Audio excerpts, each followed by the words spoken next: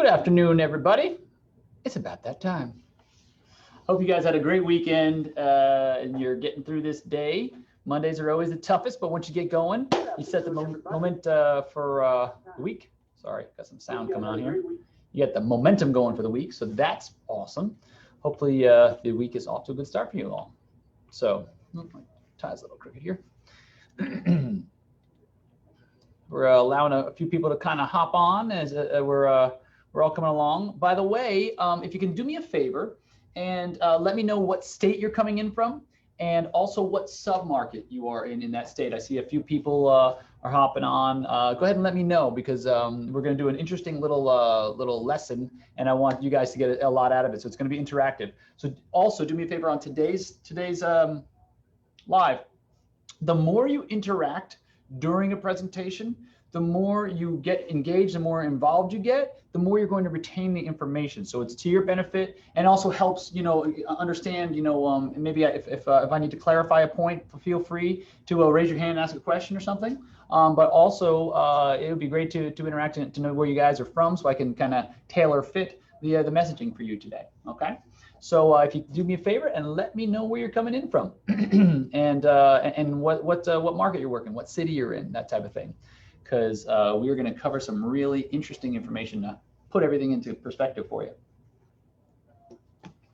So as I mentioned, today's training is going to be on the 3 missing skills that you need to start closing commercial properties or closing commercial transactions. So it's going to be a good one. It's going to be a good one. So again, I see we got a bunch of people on the line.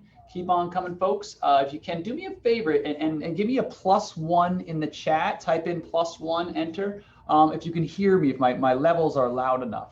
Because every once in a while, like the microphone won't be picking up the signal loud enough. So I just want to make sure we got that going on. Let me go ahead and refresh the page over here. Make sure we refresh. Let's see, comment. Here we go. Okay. Let's go with +1. You guys seeing that? Okay, here we go. Mark's in here from Illinois, southwest suburbs of Chicago. Cool, I got family out there. Southwest suburbs, very nice, awesome, cool. Welcome, Debbie Perkins. Oh, Debbie's on the West Coast. How are you, Debbie? Good to see you. Thanks for dropping by, always a pleasure. You're Southern California, if I remember correctly, right? And yeah, we got to get a few more people hopping on the line now. So we'll get going in just a second. But yeah, tonight's going to be all about those 3 missing pieces, right? Residential agents don't give themselves enough credit for what they're able to do and the knowledge that they have and how much that overlaps into the commercial world. So what I want to impress upon you folks today, and we'll get into it in detail in just a moment, is how close you are. You don't realize how close you are. There's just a few key things that we need to plug into your business plan and into your kind of knowledge set so that you'll be able to start closing more transactions and quickly, okay?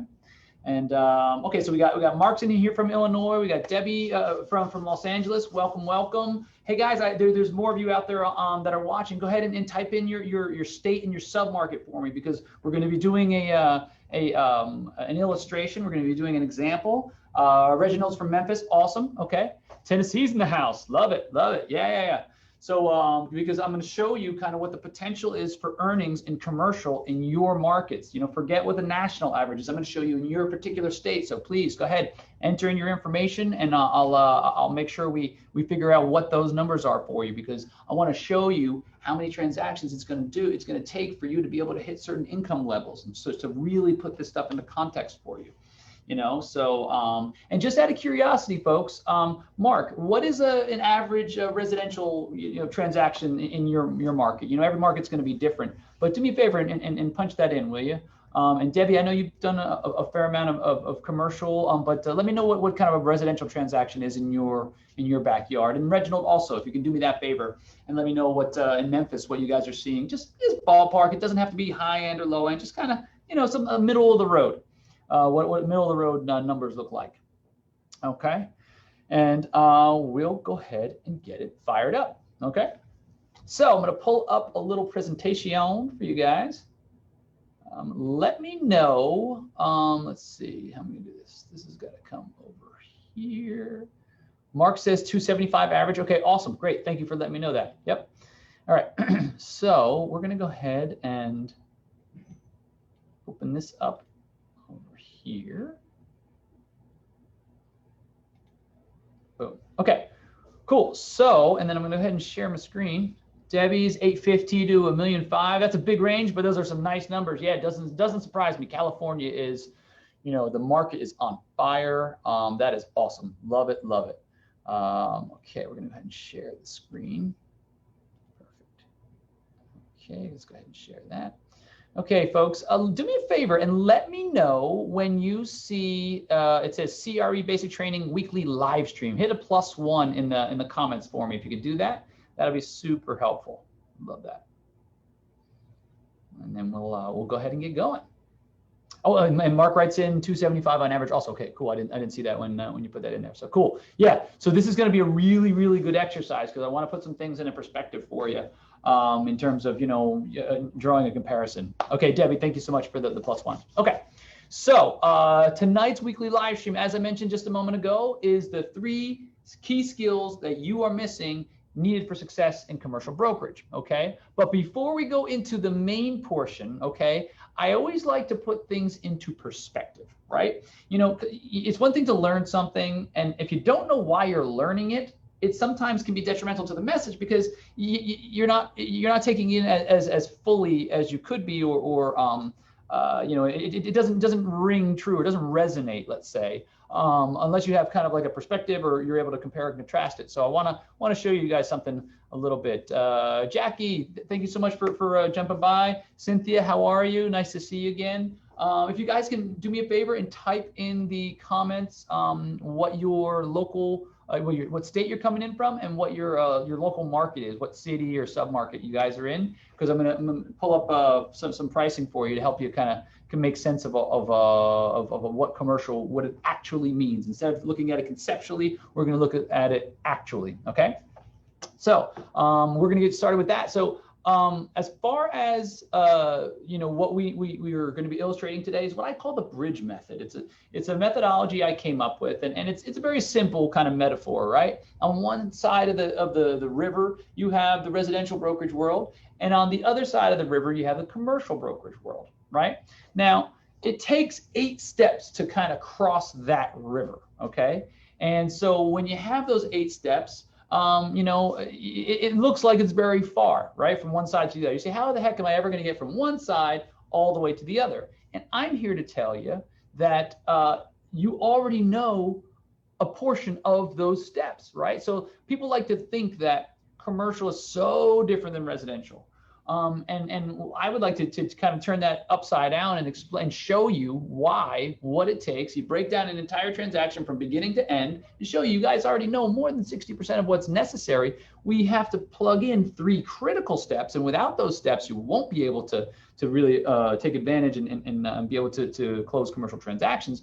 But I want to show you what those steps are so that you know what you're missing, so you can see what needs to be done in order to get them going, right? So Jackie types in Oklahoma, northeast of OKC. Awesome, great. Ted Finkelman's coming in from Vegas, okay, and South Florida. Awesome, okay. And Nami's coming in from Vegas. Okay, so we got a couple Vegases here. Awesome. Well, welcome, folks. Thank you for being here. Okay. So as promised, you know, we're going to start with goals, right?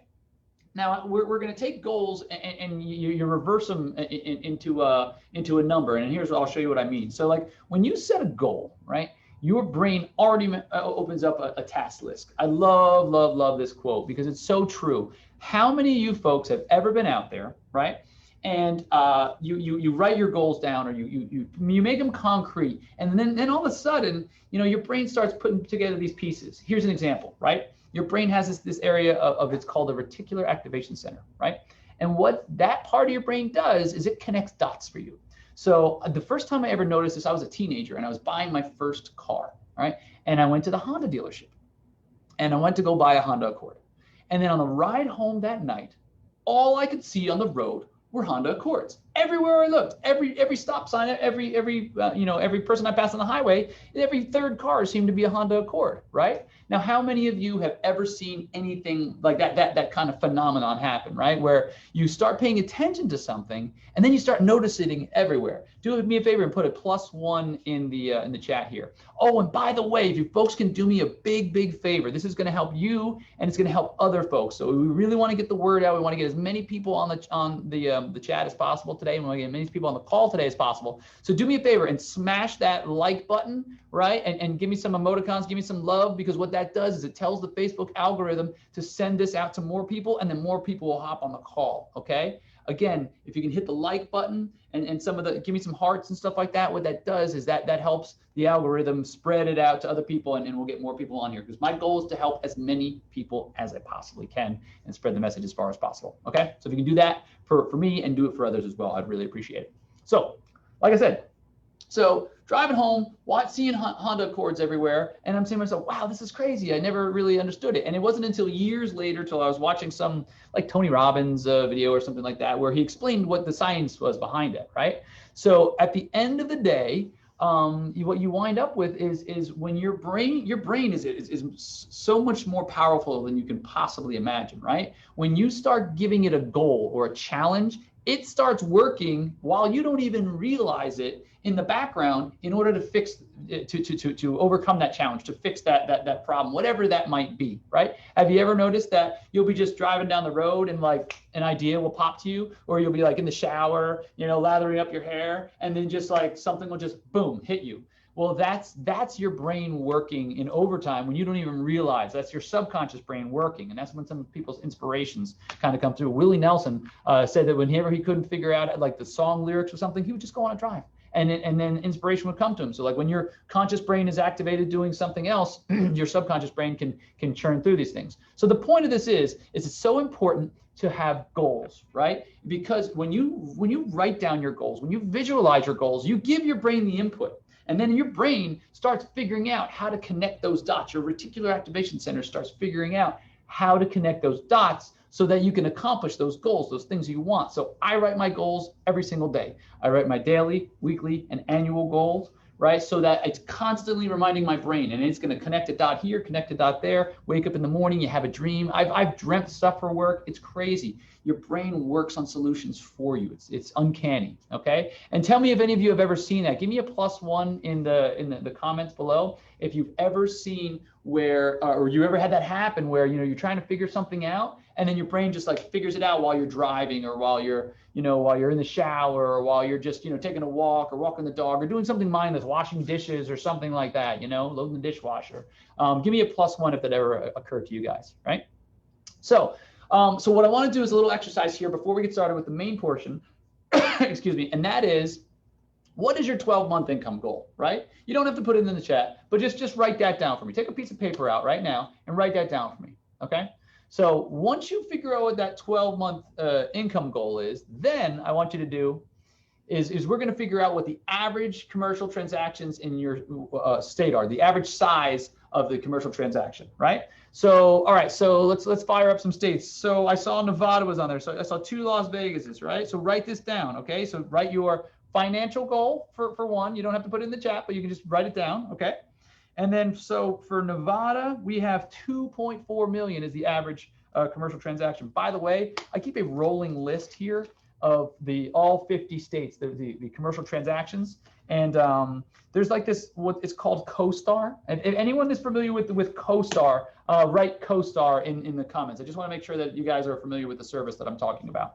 But basically, for lack of a better description, right, CoStar is the national MLS for commercial, right? CoStar, C-O-S-T-A-R. So it's CoStar.com.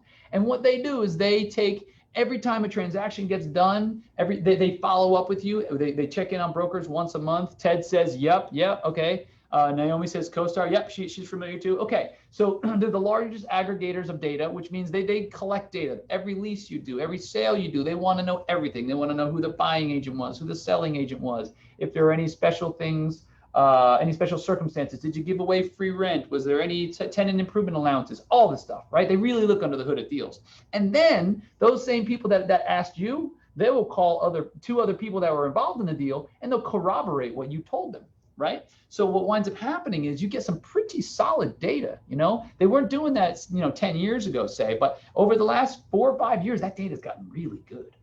So the point is, that's where I get this information from for you folks. Okay. So I saw, so Ted's in Vegas, Naomi's in Vegas, Jackie is in Oklahoma, right?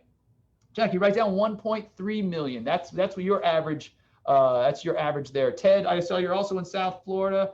Here in Florida, we're at 1.9 million as our average size transaction on the commercial side. Cynthia, remind me what state you're in.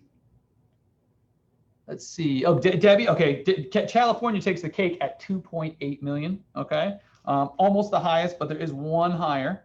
Let's see who else we have. We got Illinois for Mark. We've got 1.3 million. Go ahead and write that down. Okay, so hopefully you guys wrote down. And then we got Memphis. We got Memphis, Tennessee. All right, we got 1.5 million. Okay, so you guys wrote that down. You wrote down your annual goal. You wrote down the average size transaction in your market. Okay. Now, what I would like you to do is take your average size transaction and multiply that by 0.03. Here's why.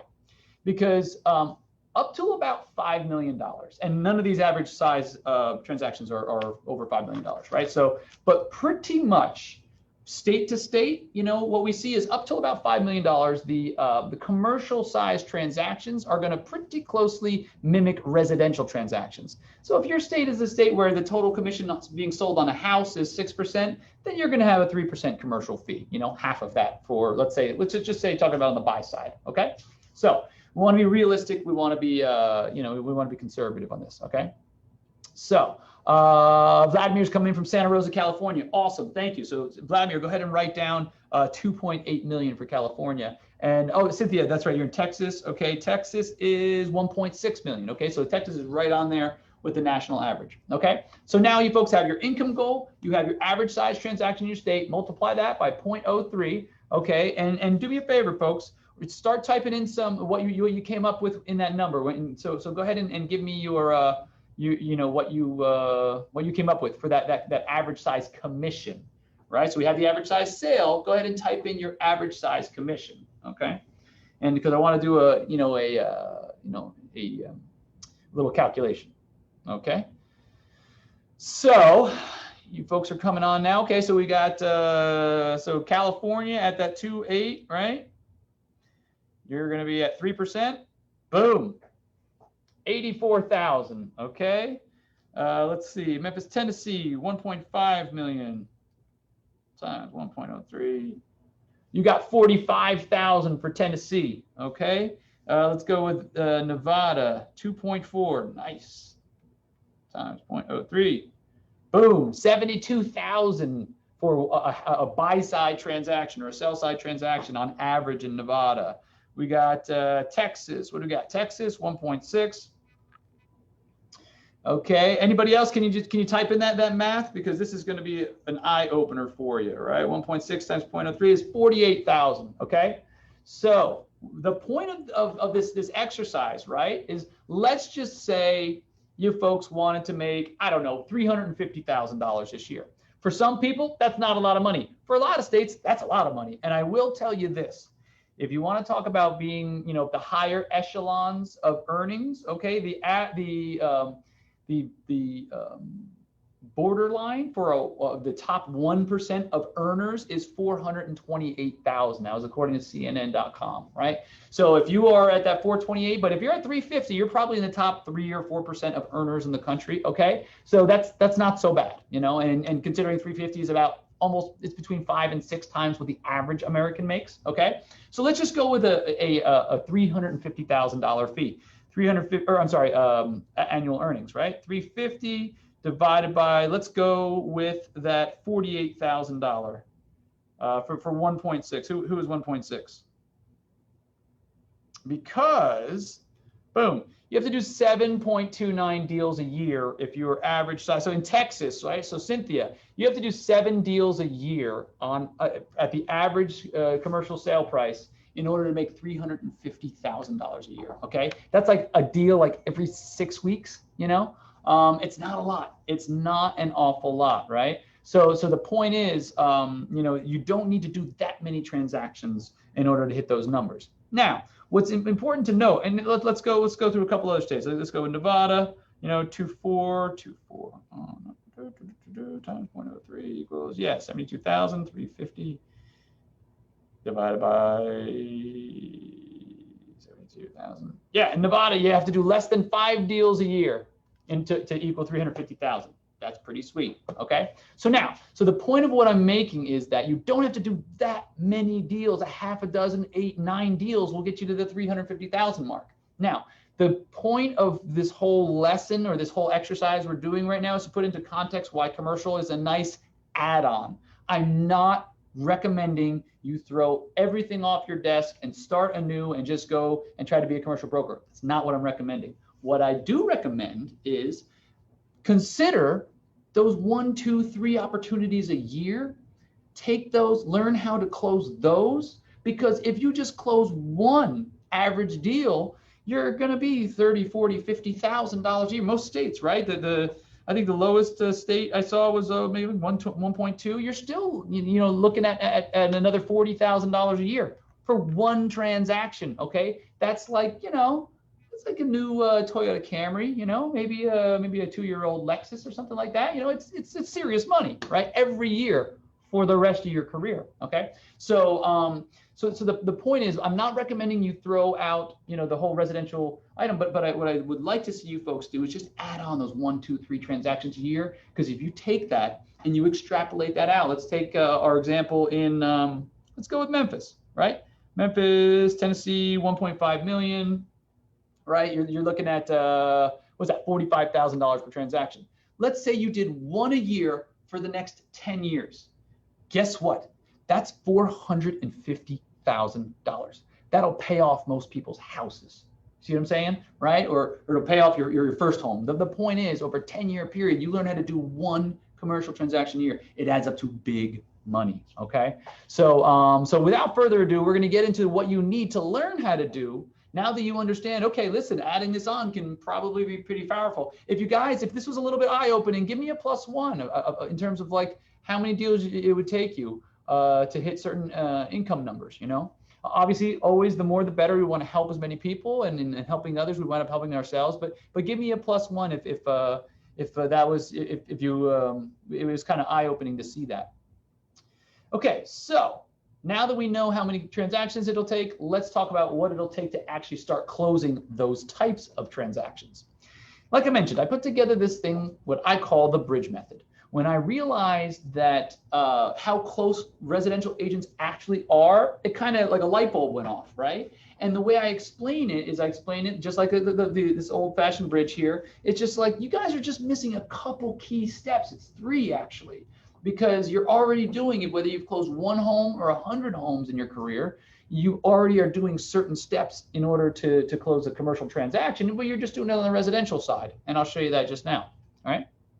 Oh, cool. So Joe says that was an eye opener. Cynthia as well. Reginald, Karen, good. So that's what I'm trying to illustrate to you folks. It's pretty interesting. It's pretty interesting. These numbers add up quickly. So, like I said, whether you've sold 1 home or 100 homes, okay, you already know how to find leads. Maybe you pay for them, maybe you knock door to door, maybe you buy them you get them from Zillow, whatever that might be. You already know how to find new business. Okay, so you're already doing that. And if you're out there closing deals, somehow or another, it's coming your way, whether it's coming from a referral from the PTA, whatever it is, you've already developed a way of getting new business. So you already know how to find leads. Then as part of the process of getting it from someone being a lead to being a commission check, you're obviously following up, you're nurturing that relationship, helping these folks along, helping them find their home, their dream home, finding a place for them to rent or what have you, right? So you already know how to follow up and nurture those relationships, right? You already know, obviously, if you're closing transactions, you're writing up contracts, you're writing up appropriate paperwork for those things and making sure all the I's are dotted and T's are crossed. That too is part of what we do. Okay. And then you're coordinating inspections, whether it's the property inspection or whether it's the termite inspection or this one or that one. You're collaborating with other folks, with vendors, making sure everything keeps moving along, so on and so forth. Okay. You're also closing transactions and collecting, right? The most important part is getting paid for what we do. Some people like to think that we work for free. That is just a myth by a lot of homeowners. But yeah, step number 5 is closing transactions and collecting, right? So those are the 5 steps that you folks are already doing. And incidentally, those are 5 of the 8 steps that are required to be done in a commercial transaction, okay? So here's what's pretty cool. The only things you're missing, right, are the foundations for commercial real estate and what I call the commercial game plan or your commercial GPS, okay? And what that GPS is, it's a metaphor. I love metaphors. I think they kind of help drive the point home. But think of it this way. You're going to drive from New York to San Francisco, okay? There's a few different ways you could do it, right? You could follow the sun, you know, like old school, right? They just follow the sun going west and just keep going and going and going on the interstate, okay? You could stop at every gas station and ask directions every, 50 miles. You'll get there. You might come off course a little bit, but you'll pretty much get there, right? Stop at every gas station. You could get one of those old maps, maybe an old Hagstrom map or those big maps that fold down into, the little rectangular thing that you can never get quite back into your glove compartment right again. Okay, that's a third way. Or you could take out your handy dandy little iPhone, type it into Waze or Google Maps or whatever app you wind up using, and find yourself knowing when you're going to be there, what traffic to avoid, okay, where there's weather, okay, and the date and time that if you continue on the pace that you're going to wind up at your destination, right? Which one is better, okay? If you think that using the GPS is the best of those 4 methods, do me a favor and type GPS in the comments below, okay? Oh, and by the way, one of the reasons why I have you folks typing in the comments, the more you interact, the more you retain, the more you'll remember, and the more you'll get out of your time. So I'm a big fan of efficiency and doing things and getting the most out of something, getting all the juice out of the grape. So the more you interact, the more it's going to help you retain the concepts that we're going over today, okay? So the first plan is what I call the commercial game plan or your GPS and your foundations. Foundations, what are they? It's learning different property types, okay? It's understanding the different construction components of commercial buildings, because buildings are very different than houses. So I teach you how to understand, what the different roof types are and electrical systems and plumbing systems and all the things that you aren't really concerned with in houses that we have to learn on the commercial side, right? Understanding who what are called the best person to occupy a property is called the highest and best user. Okay, so we find out who the highest and best users are for different types of warehouses, different types of offices, different types of retail properties, who's going to work the best, so that when you represent a seller, you know who to market to. If you can look at a property, understand who's going to be the best fit for it, those are the people you go after, right? You don't go after the people that are, maybe have a 1% chance of getting it. We want to find the people that are most likely to inhabit this property, okay? So that's all involved in the foundations of commercial real estate. So once you understand those concepts and then you have a plan on how to start implementing them, that's where the rubber meets the road, so to speak, okay? So the next step is, okay, understanding valuation. Okay, so the analogy I absolutely love to use is that of a $20 bill, okay? So how many of you, by a show of hands, and I'll ask you to type +1 into the comments, right? How many of you, if I gave you a $20 bill and asked you to go to the local shopping mall, all right, and bring me back 18 singles, how many, by a show of +1s, how many of you do you think could pull that off for me? Okay? Type in +1 in the comments if you think that if I gave you a $20 bill, you'd be able to bring me back 18 singles, okay? Let me see some +1s out there. There's a little bit of delay, by the way, between my Zoom my Zoom meeting and then it hitting Facebook. There's like anywhere between 10 and 30-second delay. So you'll hear me repeat myself a little bit. No worries. Okay. So we're starting to get some +1s, right? So what happens is, what you wind up having and seeing is that, okay, I give you a $20 bill, you can bring me back 18 singles, no problem. Rosa, Lily, thank you so much. Good to see you. Okay, Reginald, awesome, cool. So now if I gave you a $20 bill and told me to bring me back 20 singles, do you think that would be possible? Absolutely, okay? How about this? I give you a $20 bill and I ask you to bring me back 22 singles. Do you think you can do it? Type +2 in the chat if you think you can do it.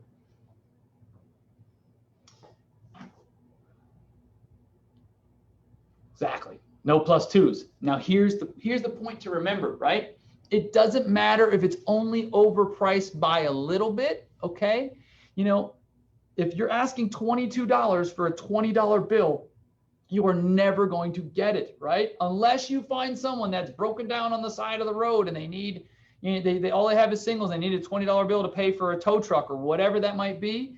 Some very, very far extenuating circumstances, right? So that's the point. The point is, and that's why valuation is so important to commercial real estate, is because you have to understand, you have to have the right price tag on a piece of property, or else you are never going to get the deal closed. And the only thing we have to sell as brokers and agents is our time and our knowledge, right? And if you're sitting there waiting and waiting and waiting, it could be months before you see any sort of feedback. You know, just as on the residential side, you can, you know, put a house in the market, get a contract, and close it in 30 or 45 days. That's not that abnormal, right? Because the market, in economics terms, the market's very efficient. The flow of information from one party to another is pretty efficient because you have a lot of data points. You know what a 3-2 is in your local area within $10,000 or $15,000, like easy, because 20 of them have sold in this subdivision in the last year, and whether they have a pool or they're renovated or they have a,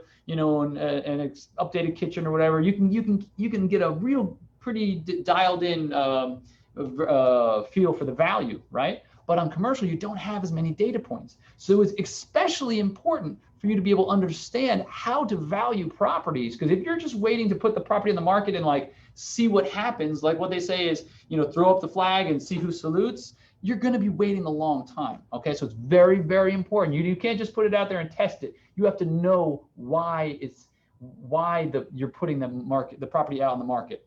Incidentally, when you go to list someone's property, okay, there's two things that happen in any given listing transaction or listing appointment, right? Either the owner is selling you on his or her price, or you are selling them on your price of where the property needs to be listed at. So if you think about it, if you buy into their pricing, guess what? If it's wrong, it's going to cost you time. And there's nothing worse than getting to the end of a deal, or I should say to the end of a listing agreement, and you haven't sold the property. You dumped a bunch of time and money in the form of marketing dollars and showings per property, and you have nothing to show for it, all because you overpriced it. And now the market isn't responding to it. And guess what? When that person loses faith in you and they go to the next agent, that agent's going to bring it down to the price that you should have had it at, and it's going to sell. Trust me, it's happened to me. It happens to the best of us. So you have to stick to your guns when it comes to valuation. Okay. Number two reason why understanding valuation is so important. And finally, the third key part of this method, right, is learning how to source buyers and sellers. When you understand how to source buyers and sellers, it's not the same as the residential side, right? On the residential side, all of us need a roof over our heads. We need a dry place to sleep, and hopefully warm in the winter and cool in the summer, right? Okay. Now, so everybody walking down the street is a potential client when you're working on residential transactions, right? But in commercial, the buyer pool or the investor pool is significantly smaller. It's a small fraction of the general population, because how many people are commercial real estate investors? How many people own restaurants or bars or stores or warehouses or these types of things, right? Not that many. So it's not like you can just walk through the streets and meet people at the PTA meeting or at Publix or at your grocery store or whatever that might be, and you're going to run into potential clients. You have to go to them, okay? And so understanding where they are hiding, once you find these little honeypots, these kind of like little nest of investors, where that information is aggregated and compiled, once you find them, it's a gold mine. And here's why. Most people, when they buy a house and they don't need another house for 7 to 10 years, right? I remember a few years back, it used to be everybody hangs onto a house for 7 years. I think it's creeping up towards 9 or 10 at this point. But the point being, you sell someone a house, that's pretty much it. You may or may not sell them a second home, but maybe only 10% of the population owns a second home, okay? But think about it. Commercial real estate investors, they're there to earn money. So if you find them something that fits their investment criteria, you can do a deal after deal after deal. I've done it where you have to do multiple transactions with the same party over and over again. They already know, like, and trust you. So all it is just finding a property that's going to perform according to what they need. Most investors with their eyes closed will say, okay, I want, let's say multifamily. I want 15 to 30 units in such and such submarket at such and such cap rate. And as long as you can find that investor will buy everything you've got, because if it makes sense for them, that means that they can probably get financing for it, and they can borrow on it, and they can buy another one and another one and another one, right? So it's very, very important to understand you have a lot of repeat customers. So once you're able to find these investors and market yourself to them, brand yourself to them, then you can have the chance of doing business with them over and over and over again. If that makes sense to you folks and understand why that's important, go ahead and type +1 in the comments below. Also, if you have any questions for anything I've covered so far, type +2 and I'd be happy to answer them, or just type the question in the comments. But I hope you're starting to see, right? You already do 5 of the 8 steps of a transaction yourself. Now we have to teach you the very specific ways of plugging in those 3 different methods, right? Those 3 different missing skills, so to speak. Okay, awesome. Thanks, guys. So Lily, Reginald, Joe. Okay, we're all on the same page. Great. Okay, making sense? Cool. Okay, so how do we kind of put this together? Like, how do we take what we just learned now and benefit you? Okay, that's what I want to hear. I'm trying to open your mind up to new ideas. Okay, and this is something that I think will be helpful, right? Like I said before, do not abandon what's already working for you. Before you came along, or before you might not have done any commercial transactions, and you might be closing residential transactions, and you're happy and content. Awesome. God bless you. That's great.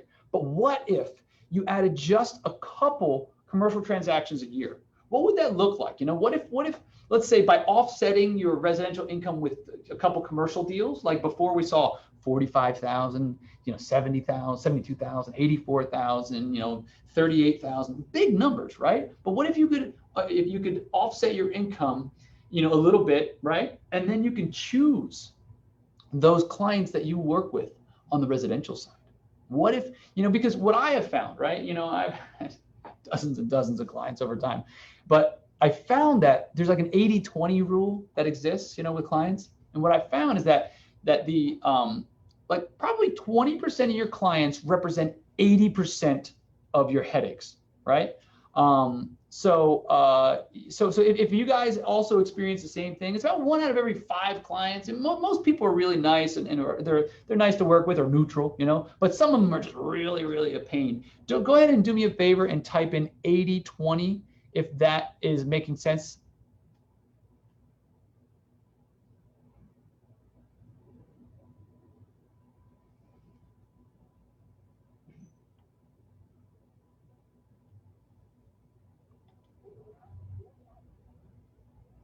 So, okay, sorry, my internet was kind of bugging out a little bit. So go ahead and do me a favor and let me know if you recognize that whole thing of where like 20% of your clients make up 80%, right? So type in 80-20. Okay, so okay, my internet's coming back again. So if you can, right? So think about how nice life would be, right? If you could just close a couple deals on the side, right? Yeah, Pareto. Vladimir, absolutely, yeah, the Pareto principle, 100%. I can't tell you how much that comes up in regular life. Pareto is always like, hey, remember me? 80-20, for sure, right? But think about it. If you could get rid of that 20%, that was a bunch of headaches, and you don't have to worry about losing that business because you're offsetting with a commercial deal or 2 a year. So if you could get rid of those headache clients, what would life be like? Would your business be less stressful, right? I mean, would you enjoy your work a little bit best? Because I jokingly say, business would be great if it weren't for those headache clients. Think if you didn't have to worry about them. Type in headache if you'd like to get rid of your headache clients. Just type that in there, because I am sure all of us would like to be able to say, you know what, this guy's driving me up the wall. Go ahead and fire him. And if you don't, you know, but we all have bills to pay. We all got to keep the lights on. We got to keep food in the fridge and so on and so forth. So you always seem to say, you know, I've done it myself. Well, I'll take it. All right, I'll do it, you know. And tell me if you guys agree with this, right? Tell me if you have ever been into a situation, right, where you are at the signing table, right, for a listing, right? And you say to yourself, oh man, this person is going to be so nice. They're going to be so much a pleasure to work with. I'm getting this listing at a really good number. I really think the market's going to respond nicely to it. Give me a +1 in the comments if you've ever had that happen, where you're just like, oh, this person's going to be fantastic. Can't wait to work with them. It's going to be great, right? All right. Now, tell me if you've ever been at the table and you've been filling out the form and they're getting ready to sign, and you're saying to myself, oh no, this person's going to be a headache. But the building or house or whatever it might be is in a good area. We're pricing it right. Or if it's it's very desirable. You know it's going to move quickly, but you know, just a gut feeling, you know that it's going to be tough. You know this person's going to be calling you all hours. It's going to be a pain in the butt. You know, give me a +2 if you've ever had those, you know, pain in the neck clients that they just don't stop. They just don't go away, and they think that they're your own client. Give me a +2 if you ever had people like that. They just think that by somehow they now have rights to every free minute of your day. You know, if by you signing a listing agreement with them, right? Go ahead and put +2 in there. Yeah, Reginald, you're with me, man. It's crazy. It's crazy, right? So think about how much more you'd enjoy your work if you could just pick up another couple of commercial transactions. You'd offset, you'd either make more money, right? Or either you'd make the same amount of money and deal with less headache clients, or you'd make more money, right? And then be able to spend some more time with your family, do more stuff, you know, be able to put more away in savings, whatever that might be. But more time and more money, I think, is what all of us want. You know, some of us value time more than money. Some of us value both. It doesn't matter. Whatever you're looking for, adding a couple chunky deals, you know, in you know, extra $30,000, $50,000, $70,000 per deal, those add up very, very quickly. Like we used that example before in Tennessee, is if you just close one deal a year, you know, the average price is 1.5 million, 3% on that's 45,000. One deal a year for the next 10 years, okay, that's $450,000, and that's not including investing it and the compounded interest that will occur. You probably have like $600,000 or $700,000 in 10 years from now, okay, from closing one average commercial deal a year, okay? That makes a lot of sense to me mathematically. I don't know about you guys, but you tell me. Maybe give me a thumbs up or something like that if that makes sense to you guys, or a +1, okay? So that's why I'm so emphatic about people, because my experience is a lot of residential agents, they get 1 or 2 or 3 opportunities a year and they'll refer it out, or they're scared and they say, no, I don't do that, whatever. My goal is like the things that are already coming your way without major outbound prospecting, you're already going to get a few of these opportunities a year. My goal for you is to be able to close those and add that extra $30,000, $40,000, $50,000, $80,000 a year just by being able to service, having this skills, knowledge, and competence to service the loans that are service the requirements, the commercial requirements that are coming your way, right? Okay, so would this mean a better school for your kids, better vacations for your family, more peace of mind, you know, being able to not turn the phone off, not working 24/7, you know, get that car you always wanted, that convertible, that midlife crisis mobile, whatever it might be, you know, maybe a bigger house, you know, whatever that means to you, okay?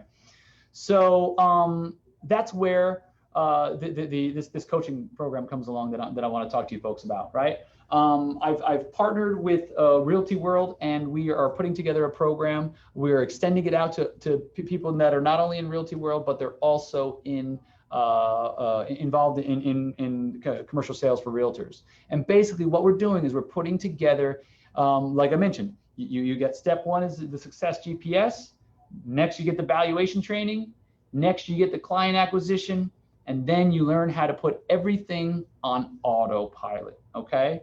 If you guys want to learn a little bit more about how this coaching program works, just type "learn" in the comments for me. So I just want to make sure that we're on the right page, okay? All right. Okay. Oh, and by the way, Jackie, I saw before you said my internet is glitching so badly. Don't worry, we're gonna have a replay on the page. So if you missed something while your internet was acting up, do not worry. We're gonna go ahead and get back to there. So we got you. Don't worry about that. Okay. Okay. So Reginald says learn. Vladimir says learn. Awesome. Awesome, guys. Thank you for participating. I really appreciate it. Right. Okay. So we're gonna go into a little bit about what this course is like. Okay. CRE Basic Training is the name of it, as you see from the Chrome sign behind me, right? And what we do is we take you step by step how to learn to lease and sell commercial deals. Like I said, we start with giving you a game plan. We teach you foundations. We teach you valuation. Okay. We teach you how to source buyers and sellers, and then how to put everything on autopilot so you're constantly rebranding yourself to the same people over and over again, because we always have that, just like the 80-20, like Vladimir, you're mentioning Pareto, right? That 80-20 that we're dealing with winds up becoming, 20% of the population owns 80% of the real estate, or some large amount. You'd be shocked once you start analyzing the data for a given subgroup, a submarket, how so few companies own so much of the real estate there. It's really interesting, right? Here's how we deliver it, okay? So we have an in-depth online training program, which means there's a place just like Netflix where you type in your username and your password and all the trainings are there, okay? The idea is that is where you go to learn, right, about things, right? And then we take it and we reinforce it each week in a weekly coaching call. Okay, so it's kind of like, the professor tells you to go study this chapter, and then we're going to have a lecture on it on Tuesday, right? Same thing, right? So on Tuesday nights at 6 p.m. Eastern, we go into a weekly coaching call on reinforcing a new concept every week, taking you through that process of learning how to lease, learning how to sell, learning how to market yourself and brand yourself. How do you find your first commercial deal? How do you value properties properly? How do you prospect for commercial properties? All these things, they're slightly different from one side to the other, but we plug in those missing skills like we mentioned before, okay? So step 1 is where you learn. Step 2 is where you reinforce, and that's on the weekly coaching call, okay? Also, within that, there's a private students only Facebook group, okay, that we're going to have, and then and where you can interact, and in between the Tuesday night calls, you can go ahead and meet up with me, and like you can interact in case you had a question in between some of the trainings and so forth, okay?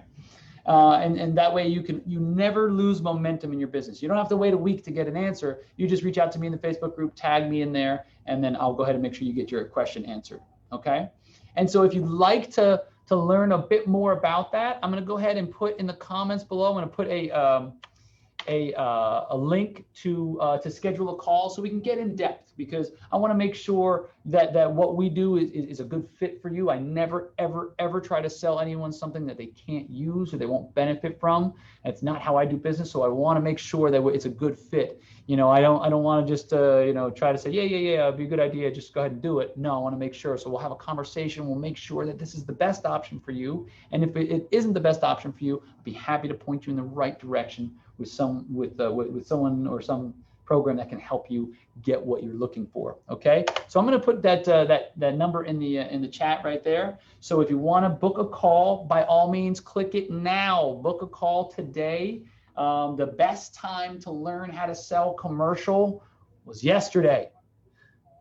The next best time is today. Okay, so I would love to be able to help as many people as possible. We're launching this program on July the 6th. Okay, so coming in on July 6th is it's going to be very it's filling up fast. So I want to make sure that you guys get in there, get your place, because it's going to be a 6-month-long program. It's going to take us through the end of the year, and by the end of the year, you're going to have all the skills necessary so that you can lease and sell and feel comfortable and feel confident in how to do it. You'll know the process by then. When you get to the end there, you apply yourself, and you'll have a brand new skill set that you'll be able to just take and churn. And whether it's 1 deal, 2 deals, 3 deals, 5 deals a year for the rest of your career, think of what the lifetime value of this is. Don't think about just 1 year.